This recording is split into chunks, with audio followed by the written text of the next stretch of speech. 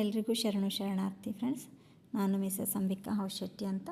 ಮೊನ್ನೆ ನಮ್ಮ ಮಕ್ಕಳ ಲಿಂಗದೀಕ್ಷೆ ಕಾರ್ಯಕ್ರಮವನ್ನು ನಾವು ಪೂಜ್ಯ ಹಿರೇಮಠ ಸಂಸ್ಥಾನದ ಗುರುಬಸವ ಪಟ್ಟದೇವರ ದಿವ್ಯ ಸಾನ್ನಿಧ್ಯದಲ್ಲಿ ನಮ್ಮ ಮಕ್ಕಳಿಗೆ ಲಿಂಗದೀಕ್ಷೆ ಕಾರ್ಯಕ್ರಮವನ್ನು ಮಾಡಿಸಿದ್ದೀವಿ.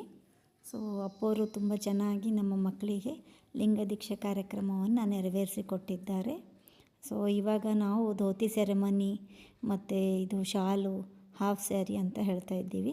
ಆದರೆ ನಮ್ಮ ಲಿಂಗಾಯತ ಧರ್ಮದ ಪ್ರಕಾರ ನಾವು ಇದನ್ನು ಲಿಂಗದೀಕ್ಷೆ ಅಂತ ಕರಿಬೇಕು. ಯಾವಾಗ ನಮ್ಮ ಮಕ್ಕಳಿಗೆ 5 ಆಗಿನ ಮೇಲೆ ಹುಟ್ಟಿದ ಮಗು 5 ದಿನ ಇದ್ದಾಗ ಒಂದು ಲಿಂಗ ಕೊಟ್ಟು ಅಪ್ಪವ್ರ ಕೈಲಿಂದ ಕಟ್ಟಿಸ್ತೀವಲ್ಲ, ಅದೇ ಥರ ಆ ಮಕ್ಕಳು ಬೆಳೆದು ನಿಂತಾಗ 9 ವರ್ಷ 11 ವರ್ಷ 15 ವರ್ಷ ಈ ಥರ ವಯಸ್ಸಾದಾಗ ಅವರಿಗೆ ನಾವು ಒಂದು ಲಿಂಗದೀಕ್ಷೆ ಕಾರ್ಯಕ್ರಮವನ್ನು ನಮ್ಮ ಪೂಜ್ಯರ ಕೈಯಿಂದ ಮಾಡಿಸ್ಬೇಕು. ಯಾರ ಮನೆ ಗುರುಗಳು ಯಾರು ಇರ್ತಾರೋ ಅವ್ರ ಕೈಯಿಂದ ಮಾಡಬೇಕು. ನಾವು ನಮ್ಮ ಬಸವಲಿಂಗ ಪಟ್ಟದೇವರು, ಚನ್ನಬಸವ ಪಟ್ಟದೇವರು ಮತ್ತು ಮುಂದೆ ಇವಾಗ ನಮ್ಮದು ಗುರುಬಸವ ಪಟ್ಟದೇವರು ಕೈಯಿಂದ ನಾವು ನಮ್ಮ ಮನೆ ಗುರುಗಳಿದ್ದಾರೆ. ಸೊ ಅವರಿಂದ ನಾನು ಲಿಂಗದೀಕ್ಷೆ ಅನ್ನೋ ಕಾರ್ಯಕ್ರಮನ ಮಾಡಿಸಿದ್ದೀನಿ. ಇಲ್ಲಿ ನನ್ನ ಮಕ್ಕಳಿಬ್ಬರು ವೇದಾಂತ್ ಮತ್ತು ಸಿದ್ಧಾಂತ್ ಅಂತ. ಸೊ ಅವರಿಬ್ಬರಿಗೂ ನಾವು ಅಪ್ಪವ್ರ ಕೈಯಿಂದನೇ ಲಿಂಗದೀಕ್ಷೆ ಕಾರ್ಯಕ್ರಮ ಮಾಡಿಸಿದ್ದೀನಿ ಫ್ರೆಂಡ್ಸ್.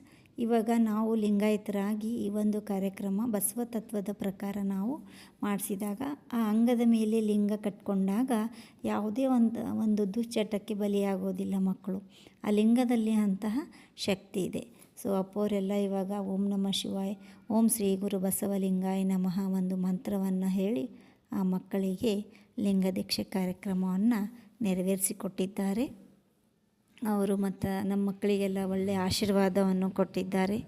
ಸೊ ಇವಾಗ ನಾವು ಫಾಗ್ ಎಂಟ್ರಿ ಅಂತ ರಥದಿಂದ ಬರೋದು ಇದೆಲ್ಲ ಆಡಂಬರ ಮಾಡ್ತಾಯಿದ್ದೀವಿ, ಕಲ್ಚರ್ ಮರಿತಾಯಿದ್ದೀವಿ. ಸೊ ಹಾಗಾಗಿ ನಾವು ಸಂಸ್ಕೃತಿಯನ್ನು ಮರಿಬಾರ್ದು, ನಮ್ಮ ಸಂಸ್ಕಾರವನ್ನು ಮರಿಬಾರ್ದು. ನಾವು ಲಿಂಗಾಯತರ ಯಾರೇ ಮನೆಯಲ್ಲಿ ಇಂಥ ಕಾರ್ಯಕ್ರಮ ಇದ್ದರೆ ನಿಮ್ಮ ಮಕ್ಕಳಿಗೆ ಈ ಥರ ಗುರುಗಳ ಆಶೀರ್ವಾದ ಕೊಟ್ಟು ಆ ಮಕ್ಕಳಿಗೆ ಆ ಕಾರ್ಯಕ್ರಮವನ್ನು ಮಾಡಿದಾಗ ಅವರ ಜೀವನ ಇನ್ನೂ ಅವ್ರ ಭವಿಷ್ಯ ತುಂಬ ಉಜ್ವಲವಾಗಿ ಆಗುತ್ತೆ. ಮತ್ತು ಅದಾದಮೇಲೆ ಅಪ್ಪವರೆಲ್ಲ ಪುಷ್ಪವೃಷ್ಟಿ ಮಾಡಿಸಿದ್ರು ಮುತ್ತೈದೆಯರ ಕೈಯಿಂದ. ಆಮೇಲೆ ಆರತಿ ಮಾಡೋದು ಎಲ್ಲವನ್ನು ತುಂಬ ಒಳ್ಳೆಯ ರೀತಿಯಿಂದ ನಮಗೆ ಪೂಜ್ಯರು ನೆರವೇರಿಸಿಕೊಟ್ಟಿದ್ದಾರೆ.